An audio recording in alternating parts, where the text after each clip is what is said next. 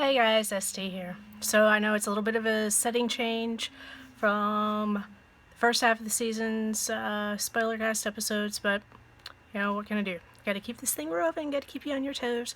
Hopefully in a few months all that will be sorted out, but for right now, who knows where I'm gonna be filming from. Anywho, so tonight's episode of The Walking Dead was the mid-season premiere, having been on hiatus for a few months now. And they got things rolling a bit. There wasn't too much excitement. There were kind of a couple points where they tried to amp the tension up a little bit, but yeah, in my opinion, didn't really.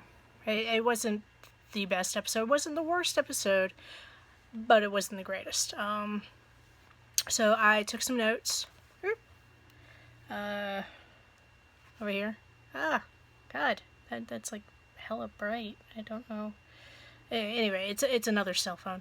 I took some notes using it. Let me maneuver some stuff around, so hopefully I can recap properly. So again, this is a complete recap to the best of my recollection, and a few of my commentaries along the way. And hope you enjoy. We started out the episode. Oh, and by the way, the episode was an hour and 15 minutes long, an hour and 10, somewhere around there. Started out the episode with pitch ass black. If you have a TV set that doesn't do well with dark scenes, then you probably couldn't see anything that was going on. But basically, it appeared to be Father Gabriel cleaning out some area, probably the pantry, taking everything, hitting the road with it. Yeah, kind of confusing, especially when the angle I was sitting at to start the episode with, couldn't really make anything out. I wasn't even sure that was Gabriel. I mean, that could have been any number of other people. Could have been the boot person who's been following everyone around. Who did make a brief appearance in this episode. I'm sorry about the bouncy. Did make a brief appearance in this episode, but again, I don't remember exactly where they did that. Let's see. So, Gabriel left town. And then we cut back to where we'd left off at this season finale, which was Rick and the gang attempting to talk Gregory the Wuss into helping them out, which of course went about as well as you would think it did, and that Gregory wants nothing to do with anything that could possibly, impact him negatively, and wants to pretend that it's everyone else's fault that, he can't do anything, his hands are tied. However, luckily, the rest of the Hilltop community did not feel the same way, because by the time they left Gregory's house, they all, were standing around outside. Enid had, talked to them on behalf of her people, and they're in. They're totally in. They're like, yeah, screw Gregory, we don't care. Come on, let's go. So we got Hilltops in, at least from that point of view. I should probably insert here real quick. For those of you who watched the last episode, I was talking about getting back into reading the comics. I had left off reading the comics about the point where in the comics they bashed Glenn's head in. I just didn't think I could take the emotional impact of any more of it, so I put the third compendium aside and stopped reading. Well, I am caught up now, so I kind of, have some insight as to what will be happening, what has happened, how they've, played things out. I'm going to probably make the occasional comment of how things are working in the comic versus how things are playing out in the episode or in the TV series. I'll try not to give any comic spoilers. I'm saving my spoilers strictly for TV stuff. However, when something happens in the television show that then also works pretty much the same way in the comic, I'll mention that. I'll be like, okay, yeah, this communication was pretty much the same. Yeah, so there was that. Now, this is where Jesus decided it's time to take them to see Ezekiel at the kingdom. I don't remember if at this point we'd even known that Hilltop even knew about the kingdom. There may have been a passing mention of it. I don't know. My hearing is terrible, and unless it's like blatantly in front of me, I tend not to notice things too well. But yeah, he takes them to see Ezekiel, and that doesn't go very well either. Ezekiel is not very interested in helping them out. He's, got his own kingdom to worry about. He's got his people to worry about. He's afraid of leading them into getting their arms and legs and bodies chopped up or something. I don't know. It was kind of convoluted. We did find the main reason for the extra 15 minutes of the episode is so that Rick could tell a fairy tale bedtime story that his mama used to tell him when he was a kid about this rock on the road and how no one wanted to pick it up, and then finally someone picked it up and there was like treasure underneath it or something, and a king had put the treasure underneath to reward people willing to pick up the rock on the road. I don't know. It was long, it was convoluted. Personally, I didn't see the point. I mean, I got the point, but I didn't see the necessity of having that in there. It just kind of slowed everything down. And in the end, it didn't change Ezekiel's mind any at right now. Now, quick interjection. In the comic, Ezekiel does accept the idea pretty much immediately and gets on board. I understand in the TV series they need to drag things out a little more, so we want to do the whole will he won't he back and forth. However, it's kind of frustrating that everyone's saying, no, Rick, we can't do this, and like 2-3 episodes down the line everyone's gonna be like, okay, Rick, you're right, and now things get done. But my back. Yeah. Yes, I'm sitting on the floor. Don't ask. It's really the best angle right now. I attempted a couple other angles in the room. Best angle. Okay, so storytelling was that. Ezekiel does at least offer to allow Daryl to stay with them because he knows that, Daryl is being hunted by the Saviors, and if he gets caught back at Alexandria, can I speak straight? No. If he gets caught back at Alexandria, that'll be, big trouble for him, big trouble for Rick, big trouble for everybody. However, Saviors don't yet set foot inside the kingdom, so he should be safe from being, ferreted out as long as he's there. So they leave Daryl behind, which should make the whole Ezekiel Carol budding romance thing kind of interesting. Is this going to be a love triangle? I mean, we lost the Abraham Rosita Sonia love triangle, so I guess they need a new one. But is this really the way to go? I don't know. Daryl was not happy about it. He's pissed that Ezekiel doesn't want to help. He really just wants to get out there and bust Negan's head in. But in the end, they walked away. So the group isn't really together. However, we will probably get a very teary-eyed Carol-Daryl reunion scene at some point. So yay, good for that. Yay. And Hilltop. Kingdom is really not seen anymore this episode. Turn down, Daryl left behind. Okay. Oh, kitty cats. Can you hear that yelling? Sorry about that. Anyway, so as they're heading back to the house, Jesus managed to grab hold of a walkie-talkie during the last encounter when he helped Daryl escape from the Savior compound. And they've been monitoring the walkie-talkie, and they hear the Saviors talking about how, okay, now Daryl's missing, we have to go back to Alexandria to look for him. So now Rick and the gang need to haul ass back to Alexandria.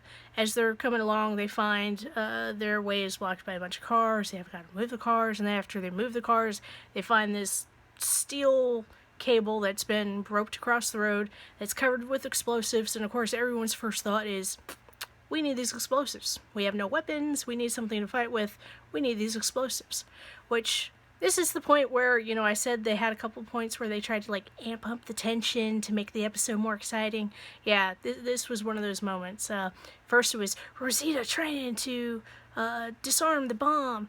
And I'm sitting here like, okay, this bomb was made by humans to be used on zombies. It shouldn't be that hard to disarm because, they're not making it where it shouldn't be disarmed. I mean, zombies aren't going to get in there and try to disarm the bomb, so why should they make it difficult for disarming? But anyway, so we got all this tension going on. Can Rosita disarm it? Oh. She disarms it. Big surprise. And then now they have to unstrap all the different explosives from this cable and all this other stuff. And, tension is mounting as they're all trying to get the dynamite loose. Don't shake it and all this other stuff. The bad dynamite with the dents and things, we're not going to bring in the car with us. Just set it off to the side and we'll take the good stuff in the car. And then, oh no, here comes the herd. Apparently they figured out that all this setup was for a herd of walkers and not like just random people walking through. So half the group goes to get the car. What's her face? Chickadee runs back to Hilltop. I'm sorry, I'm terrible with names. I think I mentioned that in the past. I try to remember to write them down, but half the time I don't. And that leaves Michonne and Rick left trying to get the last of the bombs. And then finally they just get in the car for what I consider to be partially the coolest moment in the episode and partially the most gratuitous moment in the episode, which probably is why it made my list of the coolest moments, with what I call the clothesline cam. As the herd of walkers is just kind of coming across here, they drive the two cars that the clothesline or the steel cable is roped between, and they just take them out at the kneecaps, right? There's the camera angle, I'm just going to call it GoPro on the center of this steel cable, as they plow through kneecap after kneecap after kneecap of shambling walkers, just gore splatting up into the camera. Is just gruesome, gory, fantastic. It's one of those reasons why you watch The Walking Dead as opposed to some other post-apocalyptic TV show. So they do that. Oh, close moment. Are they going to make it back to the vehicle with everyone else? And of course, they elbow their way through a bunch of walkers with sleeves that go up to their shoulders, and they don't get a single scratch on them or anything. And they all hop in the car and drive away, and everything's fine and dandy. Yeah. Get back to Alexandria just in time to greet a trio of trucks from the Saviors who are looking for Daryl. Of course, they're all assholes about it. They make everyone follow them around as they're looking for everything, and break stuff, knock shelves over, tear places apart. Okay. Alexandria is not a huge place, but it's not a small place either. And they didn't really give a good sense of time passing through this episode. I would have expected them to have gotten there in mid-afternoon. And, my hair is being weird, sorry. Gotten there about mid-afternoon, gotten back after, leaving the kingdom and doing all the finagling with the bombs and everything else. But it doesn't appear to take the Saviors all that long to canvass thoroughly the entire town looking for Daryl and finally give up and leave, after leaving Rick with the threat of, if Daryl ever comes back 2 days, 2 weeks, 2 months, 2 years later, basically telling them you guys are all dead meat, which I think is bullshit, because if Rick agreed to put a bullet between Daryl's eyes and send his body back, then, or contact the Saviors immediately and say, hey, Daryl's here, he came back, you can have him again. I mean, it wouldn't really be their fault that Daryl escaped, and they have no control over that. Why punish them for Daryl's escaping if they're willing to turn him over? Of course, they would never do that, but, just to threaten them with the fact that if he does show up, you guys are boned. I mean, that's not very, I probably would have threatened if he shows up and you don't let us know immediately, you're boned. But, hey, that's just me. A lot of things don't add up. Now, while they were in the process of canvassing everything, I just realized my notes are almost done, and I forgot to write down the last portion of the episode. Anyway, while in the process of canvassing everything, they come across the pantry with nothing in there, just gone. So of course, dickhead in charge, which isn't Negan, and not Dwight or Dwayne or whatever the guy's name is, the guy with the ironed face, not him, Negan's other helpful helper, makes comments about how you guys really need to step up production because this ain't gonna fly. We need our stuff. We need it now. Which, of course, Rick promises, we'll all work on it. And everyone else chimes in, yeah, we're totally on it. And as soon as they're gone, Rick's like, what the fuck, people? Where's all our stuff? And that's when they finally get around to telling him that Gabriel's gone. Looks like he took off with everything. And it takes Rick like all of 30 seconds to look around and find Gabriel's well-hidden clue of a note with the word boat on it. So they proceed to go head back to the area where Rick and his buddy found the floating boat fortress and swam through a pond of walkers to get to it. Head back that way. Don't really check that area out, just kind of follow footsteps into another area where they are rapidly surrounded by a bunch of people in what looks like an abandoned shipyard boxcar area. I mean, I'm talking like dozens of people just surrounding them, all armed and looking tired and scraggly, and not saviors, definitely not looking like saviors, looking like somebody. And then cut into episode Rick's grinning like a maniac. Probably Rick's either thinking two things. Like, my mom turned to me and was like, why is he grinning? I said, well, he's probably thinking he's got reinforcements now. The other thing I didn't say to her, I'm thinking of it now, that Rick could be grinning because he's just thinking, man, my luck just could not get any worse, could it? I mean, boy, it's just really shitty to be me. Anywho. Alright, so that was the end of the episode. The coming up next week or whatever didn't really give any good details. Just, people telling him, oh, your lives are ours now, how are you going to buy them back? And Rick going, oh, no, our lives belong to the saviors, so you owe them, they're going to come looking for us, but we can get you out of it, or whatever. Now, I'm going to really quick insert some comic book stuff here. Don't get frustrated with me for it, but I just want to get it out now. There is a group of people, I'm not going to go into it too much, but there's a group of people known as the Whisperers in the comics. If these are the Whisperers, I'm going to be really freaking disappointed. I'm not going to say why just yet. Those of you who know who I'm talking about probably can understand why I would be disappointed. But for right now, I'm just going to say if these turn out to be the Whisperers, I'll be really disappointed.